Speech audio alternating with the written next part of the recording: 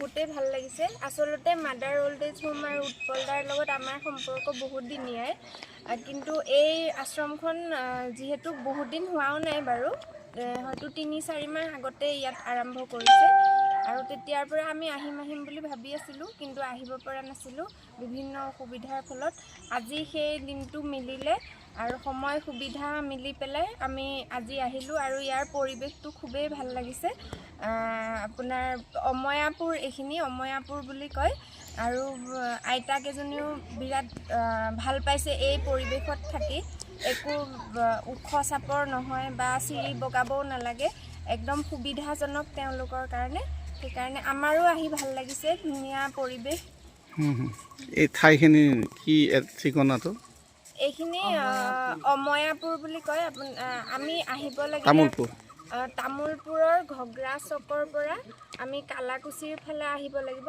কালাকুছি চকটোৰ পৰা সোঁফালে আহিলে অময়াপুৰ বুলি আছে ইয়াত এইখিনিতে এখন বিদ্যালয় আছে বিদ্যালয়খনৰ নামটো মই একচুৱেলি পাহৰিছোঁ কিন্তু সেই বিদ্যালয়খনৰ সন্মুখতে আৰু ইয়াতে নিৰ্বাণা বৃদ্ধাবাস বুলি সুধিলে বা উৎপল হৰ্ষবৰ্ধনৰ কথা সুধিলে সকলোৱে বৃদ্ধাবাসখন দেখুৱাই দিব সকলোৱে ইয়াত আহি মানে এই প্ৰাকৃতিক পৰিৱেশৰ আনন্দ ল'ব পাৰে আমি আচলতে ক'ৰবাৰ ৰেজৰ্ট বা পাৰ্কত যোৱাতকৈ এনেধৰণৰ অনুষ্ঠানলৈ আহি এনেকুৱা পৰিৱেশলৈ আহি বেছি আনন্দ উপভোগ কৰিছোঁ আৰু আপোনালোকেও ভাল পাব বুলি মোৰ অনুভৱ সকলো আহিব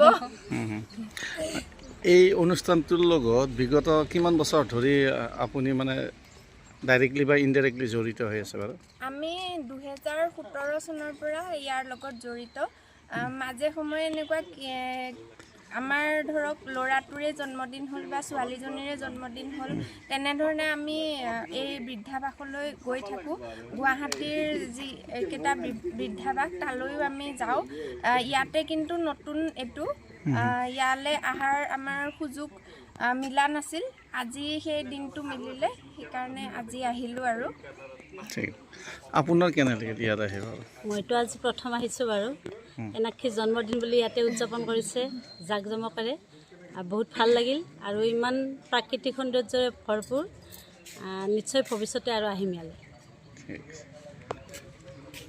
কেনেকুৱা লাগিল বহুত ভাল লাগিছে কি চোৱা হ'ল ইয়াত বাৰু এইবিলাক চালোঁ আৰু এইবিলাক ঘৰবিলাক হেৰিবিলাক আইতাহঁতক তেনেকৈ আইতাসকলৰ লগত চাহ চিনাকি হোৱা চাহ চিনাকি হ'ল এইটো তামোলপুৰৰ অময়াপুৰত অৱস্থিত নিৰ্বাণা বৃদ্ধাবাস আৰু বৰ্তমান 10গৰাকী আইতা ককা আছে আৰু 3-4 মাহমান হ'ল ইয়াতে অনুষ্ঠিত হয় আৰু আইতাসকল ভালকৈ আছে ইয়াতে খুব ভাল পায় আহিব আপোনালোকে অনুষ্ঠানটোত কোন ঠাইৰ বাৰু আইতাসকল ইয়াত মানে যোৰহাটৰ গোলাঘাটৰ তেজপুৰৰ এনেকৈ নলবাৰীৰেও আছে বিভিন্ন ঠাইৰ পৰা আছে আইতা ককা এনেকৈ এই যিটো অনুষ্ঠান কিমান দিন হ'ল ইয়াত এইটো 4 মাহমান হ'ল তেওঁলোক ইয়ালৈ অহা এইখিনি ঠাই কি ঠাই বুলি কয় অময়াপুৰ বুলি কয় তামোলপুৰ অময়াপুৰ মানে কোনটো ৰোডেৰে আহিব লাগে আপোনাৰ তামোলপুৰৰ পৰা কালাগুচি হৈ অময়াপুৰলৈ আহে অময়াপুৰ স্কুলখনৰ সন্মুখতে অময়াপুৰ ইয়াতে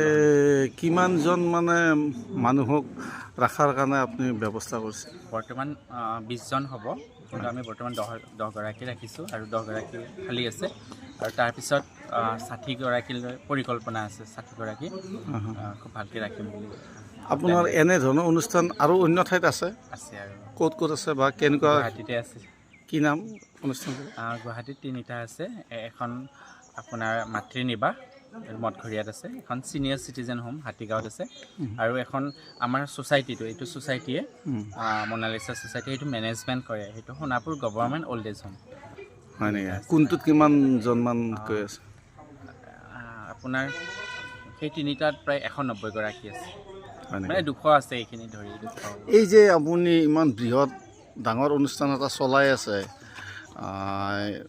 গতিকে এই বিভিন্ন ধৰণৰ ইয়াত বয়সৰ মানুহ আছে গতিকে বেমাৰ আজাৰৰ কথা আছে বা খোৱা লোৱাৰ কথা আছে মানে এটা বৃহৎ পুঁজিৰ প্ৰয়োজন হয় আপুনি প্ৰতি মাহতে চাগে কেনেকুৱাকৈ বাৰু আপুনি মেনেজ কৰি আছে একচুৱেলি ভাল কাম কৰিলে ভগৱানেও সহায় কৰে, ঠিক তেনেদৰে মানুহে সহায় সহযোগিতা অলপ কৰিছে আৰু সেইকাৰণে আমি অলপ এনেকৈ চলাই যাব পাৰিছোঁ। আৰ্থিক বৰঙণি হয় হয়, মানুহৰ অলপ বিভিন্নজনে খোৱা লোৱা তেনেকৈ বস্তু চস্তু দিয়ে আৰু তেনেকৈ বৰ্তমান ভালকৈ কৰিব পৰা নাই, কিন্তু আৰু সেইটো ভালকৈ কৰাৰ কাৰণে প্ৰয়াস কৰিম যাতে তেওঁলোকে ইয়াৰ কথা কৈছোঁ, ইয়াত মানুহে ইমান গমো পোৱা হোৱা নাই, গতিকে মানুহ কমকৈ আহে ইয়াতে। আজি আমাৰ এজন বন্ধুবৰ গুঞ্জন দাস তেখেতৰ ৱাইফৰ আজি জন্মদিন, সেই উপলক্ষে তেখেতসকলে আজি ইয়াতে খানা দিছে, তেখেতসকলকো আন্তৰিক ধন্যবাদ জনাইছোঁ আৰু আশা কৰোঁ অলপ সময় লাগিব, সকলোৱে তেতিয়া হয়তো গম পাব বা আহিব। ইয়াত মানে চাৰিওফালে দেখা গৈছে বিভিন্ন প্ৰাকৃতিক এটা পৰিৱেশৰ আপুনি মানে এটা সৃষ্টি কৰিছে, গতিকে এই ক্ষেত্ৰত আৰু এই কমপ্লেক্সৰ ভিতৰত কেনেকুৱা ধৰণৰ কি পদক্ষেপ ল'ম বুলি ভাবিছে বাৰু? মই ভাবিছোঁ যে এতিয়া অলপ হাঁহ পালন কৰিম আৰু আইতাসকলে কণীও খাব পাৰি আৰু তাতে যদি কণীটো বিক্ৰী কৰি অলপ পইচা ৰয়, সেইখিনিৰে তেওঁলোকৰ ঔষধ পাতি বা নিত্য প্ৰয়োজনীয় বস্তুবিলাকো ল'ব পৰা যাব। তেনেকুৱা ধৰণৰ গৰুও ৰাখিম বুলিয়ে ভাবিছোঁ। এনেকৈ এটা পৰিকল্পনা আছে আৰু লগতে পুখুৰীটোত মাছো আছে যথেষ্ট। ভাবিছোঁ। আপোনাৰ শুভ নামটো কি আছিলে? নমস্কাৰ, মোৰ নামটো উৎপল কুমাৰ হৰ্ষবৰ্ধন। কেনেকুৱা লাগিছে এতিয়া? ভাল লাগিছে। আপোনাৰ কিমান দিন ধৰি আপুনি ইয়াত আছে? কোন ঠাইৰ পৰা আহিছিলে? অ'কে, আপুনি ক'ৰ পৰা আহিছিলে? যোৰহাট। অঁ হয় হয়, কিমান দিন ধৰি আছে বাৰু ইয়াত? 6 বছৰ বা সুন্দৰ। কিবা অসুবিধাটো? উৎপলে চোৱা চিতা ভালকৈ কৰিছে। অঁ, কেনেকুৱা লাগিছে আপোনাৰ? মনৰ ভাৱখিনি প্ৰকাশ কৰক। লাইফটো খুবেই ট্ৰেজেডি, কিন্তু এটা লাকি বুলি ক'লে উৎপলৰ কৃষ্ণাক পালোঁ।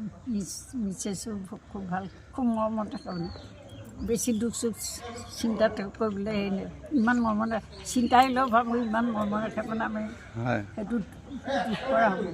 হয়, আপুনি আগতে কিবা এমপ্লয় আছিলে নেকি? নাছিল, গ্ৰেজুৱেশ্যনৰ পাছতে বিয়া হ'ল। হেৰি আছিলে ফৰেইন কোম্পানী এটাত কেলকাতাত পষ্টিং হৈছিলে, ফৰেইন কোম্পানী ইণ্ডিয়া এক্সপৰ্টিং বোৰ্ডৰ চাৰ্জত MD হৈ আছিলে। কোনে? অঁ মিষ্টাৰে, আপোনাৰ মিষ্টাৰ? হয় হয়।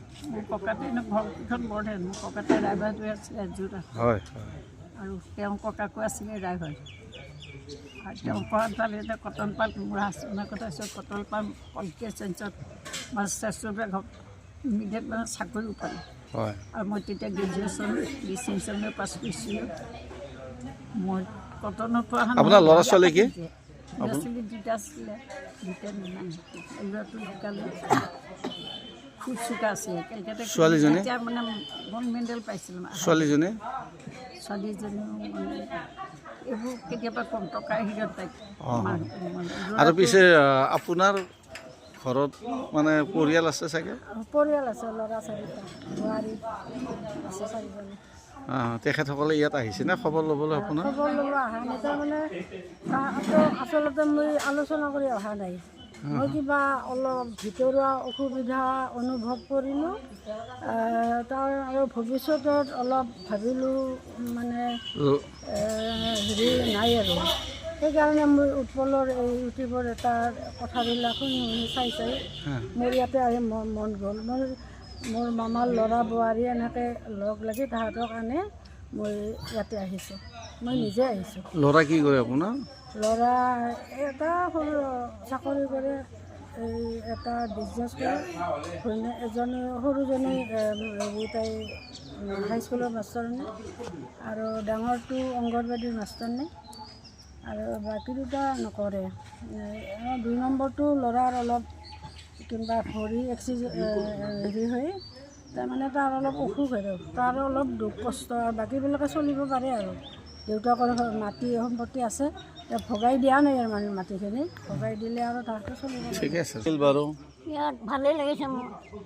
ইয়াত থাকোঁতে আপুনি হেৰি হ'ল চাগে, বিবাহ হ'ল আপোনাৰ, হয়নে? মোৰ বিয়া হৈছে মঠঘৰীয়াত। মঠঘৰীয়াত 5 মাহ আছিলোঁ। বিয়া ঠিক হ'ল, বিয়া ঠিক হোৱাৰ পিছত সেইকাৰণে তেখেতকো ভাল পাব পাৰে বিয়া পাতিলোঁ। অঁ ভাল। ইয়াত থাকি কেনেকুৱা লাগিছে? ভাইটিয়েও আমাক এইটো সুবিধা দিলে বিয়া পাতি। ঠিক আছে। থাকি কেনেকুৱা লাগিছে থাকি ভালেই লাগিছে আপোনাৰ কেনেকুৱা? ভালেই আপোনাৰ ঘৰ মোৰ ঘৰ আমচৈ আহঁত গৈ মানে কেনেকুৱা লাগিছে থাকি ভালেই লাগিছে কোনো অসুবিধা হ'ব পৰা নাই খোৱা লোৱাৰ পৰা থকা মেলাৰ ল'ৰা পৰা? এটা আছিলে ল'ৰাটো ঢুকাল আৰু তাৰ ভাগত নাতি এটা আছে সিও মানে মৰিগাঁৱত গাড়ী চলাই থাকে আৰু সেই গতিকে মই চিন্তা কৰি মানে গুচি আহিছোঁ আৰু সিহঁতক নোকোৱা নামাতা কৰি কিমান দিন হ'ল আপোনাৰ ইয়াত থাকিব? মোৰ ইয়াত থকা এতিয়া সোণাপুৰৰ আশ্ৰমত থাকিলোঁ 3 বছৰ 4 মাহ আৰু ইয়াত এতিয়া 4 মাহ পূৰা হ'ল। হয় নেকি? আপোনালোক ক'ৰ পৰা আহিছে? মচলপুৰ। কেনেকুৱা লাগিছে থাকি দুয়োজনেৰে? ভাল লাগিছে একো অসুবিধা হোৱা নাই? ইয়াতে তাৰমানে বিভিন্ন মানুহে আহি ইয়াতে অনুষ্ঠানবিলাক কৰে ন, জন্মদিনেই হওক বা অন্যান্য অনুষ্ঠানে। ইয়াত ওচৰে পাঁজৰে ৰাইজে আপোনালোকক বিচাৰে চাগে? হা হা? অঁ গাঁৱৰ মানুহে বিয়ালৈ মাতে সকামলৈ মাতে হয় নেকি? কৈ পেলাই মাথা মাতি হৈয়ে থাকে আৰু হয় নেকি? বহুত ভাল লাগে গাঁওখন হা গাঁৱৰ মানুহ গাঁওখন বহুত ভাল হয় নেকি? ভাল লাগে এই কালাগাছি গাঁওখন না মানুহে ছাপোৰ্ট কৰিছে ন? হা? কেনেকুৱা লাগিছে ককা আপোনাৰ? ভালে লাগিছে হা খুব ভাল পাইছে আগতো থাকি যোৱা ইয়াত হা হা আমাৰ ছুটি চাই এটা গাড়ীছোঁ নমস্কাৰ বসন্ত কালত বনি কুলিয়ে মাতে